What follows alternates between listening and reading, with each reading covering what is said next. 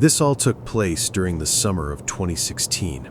I was 22 at the time, between my junior and senior years of college, and I was looking for a summer job that was solitary.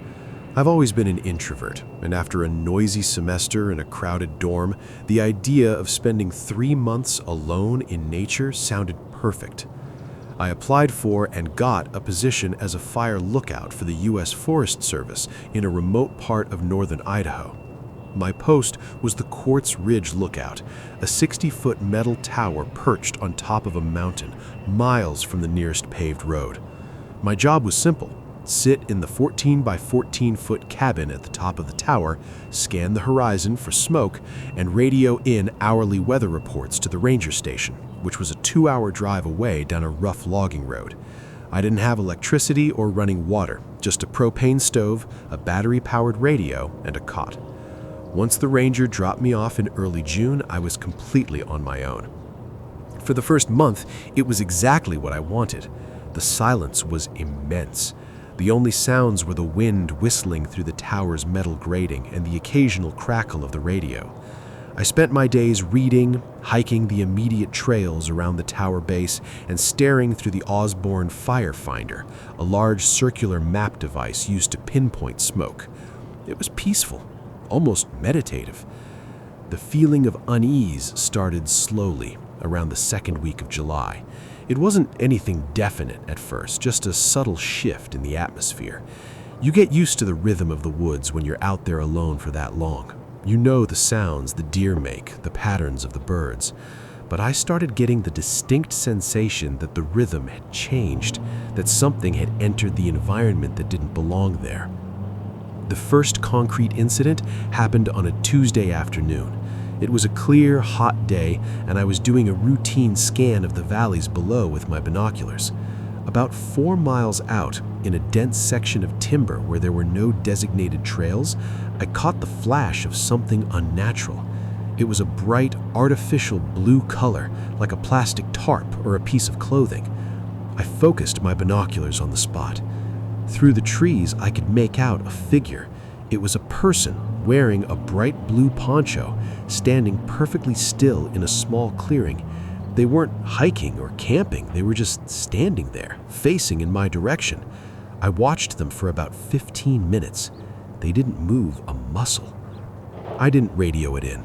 Hikers do go off trail sometimes, and it wasn't illegal, just ill-advised in that terrain. I figured they were just taking a break. When I checked back an hour later, the figure was gone. 2 days later, I saw them again. This time they were much closer, maybe 2 miles away on a ridgeline to the east. Again, it was just a figure in a blue poncho standing immobile, facing the tower. The strange thing was, to get from the first spot to the second spot in that amount of time, they would have had to cross some incredibly difficult, steep terrain filled with deadfall. It wasn't impossible, but it was highly unusual for someone just wandering around. I mentioned it casually during my evening radio check-in. The dispatcher, a guy named Dave, said they hadn't issued any backcountry permits for that specific area recently, but he'd make a note of it. He told me not to worry unless the person started setting fires or seemed distressed. Things got progressively stranger after that. I started finding things around the base of my tower. The first thing was a small pile of smooth river stones stacked in a perfect pyramid on the bottom step of the tower stairs. The nearest river was 3 miles down the mountain. A few days later, I found a neatly folded square of aluminum foil tucked into the frame of the outhouse door, which was located about 50 yards from the tower base. It felt like someone was marking the territory, creeping closer without ever showing themselves when I was looking. I stopped hiking down from the tower. I spent my entire day up in the cabin, with the trap door in the floor bolted shut. The radio started acting up around the same time. The Forest Service radio was my lifeline, but in the evenings, after the official check-ins were done, I'd sometimes leave it on just for the comfort of the low static. One night, around 11 p.m., the static cut out completely. It was replaced by a rhythmic clicking sound. Click, click, click. It lasted for about a minute. Then, faintly, underneath the clicking, I heard a sound that made my blood run cold. It was the sound of someone slowly exhaling into a microphone. A long, shaky breath out, then silence, then another breath. I grabbed the handset and called out to dispatch, asking if anyone was on the channel. The breathing stopped instantly, and the static returned. I didn't sleep at all that night. I sat on my cot with my headlamp on, clutching a can of bear spray, listening to the wind rattle the windows. The climax of the whole ordeal happened during my last week there, in late August. A massive dry thunderstorm rolled in right at dusk.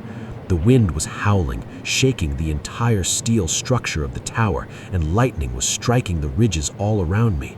It was terrifying enough just being up there in the storm, but then the power to my radio went out.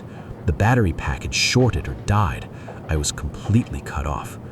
Around midnight, in a brief lull between thunderclaps, I heard a sound over the noise of the storm. It was the distinct metallic clank of a boot hitting the bottom step of the tower stairs 60 feet below me. I froze. I told myself it was just the wind blowing a piece of debris against the metal, but then I heard it again, clank, and again. It was a slow, deliberate rhythm. Someone was climbing the tower. There were 6 flights of stairs, each ending in a small landing before you reached the catwalk that wrapped around the cabin. I listened as the footsteps got closer, ascending flight by flight. I heard them pause on the landing just below the cabin. My heart was pounding like I was going to pass out. I stared at the wooden trap door in the floor, which was the only way in. I had bolted it, and I had dragged my heavy metal supply locker over the top of it. The footsteps continued up the final flight. I heard boots hit the metal grating of the catwalk right outside my door. The person walked slowly around the cabin. I could hear their hand trailing along the glass windows, nails lightly scratching the surface. They circled the cabin 3 times. Then they stopped right in front of the door. The doorknob jiggled slowly, then harder. Then they started pounding on the door. It wasn't a frantic pounding, it was a heavy, rhythmic thud, like they were using the heel of their hand. Thud, thud, thud. I didn't make a sound. I just crouched in the corner with my bear spray, praying the door would hold. The pounding went on for what felt like an hour, but was probably only 10 minutes. Then, just as abruptly as it started, it stopped. I heard the footsteps walk back to the stairs, and then the slow, rhythmic clank, clank, clank of them descending back down into the darkness. I didn't move from that corner until the sun came up. When it was fully light outside, I cautiously unbolted the trap door and looked down. The stairs were empty. I went out onto the catwalk. The storm had passed and the morning was calm. Taped to the glass of the door, right at eye level, was a photograph. It was a Polaroid. The picture was taken from outside the tower, looking through the window at night. It showed me asleep on my cot, taken weeks earlier. The timestamp in the corner of the photo was 3:17 a.m. I packed my things in 10 minutes and hiked down the mountain to the nearest logging road, leaving the radio and most of my gear behind. I hitchhiked back to the ranger station and told them I was done. I showed them the photo and told them everything. They sent a couple of law enforcement rangers up there, but of course they found nobody, just the stacked stones, the foil, and the photo. They never found the person in the blue poncho. I went back to school that fall, but I had trouble sleeping for a long time. I still don't like being alone in quiet places. I always have to have a fan on or some white noise. The silence just reminds me too much of that night in the tower, waiting for the trap door to buckle.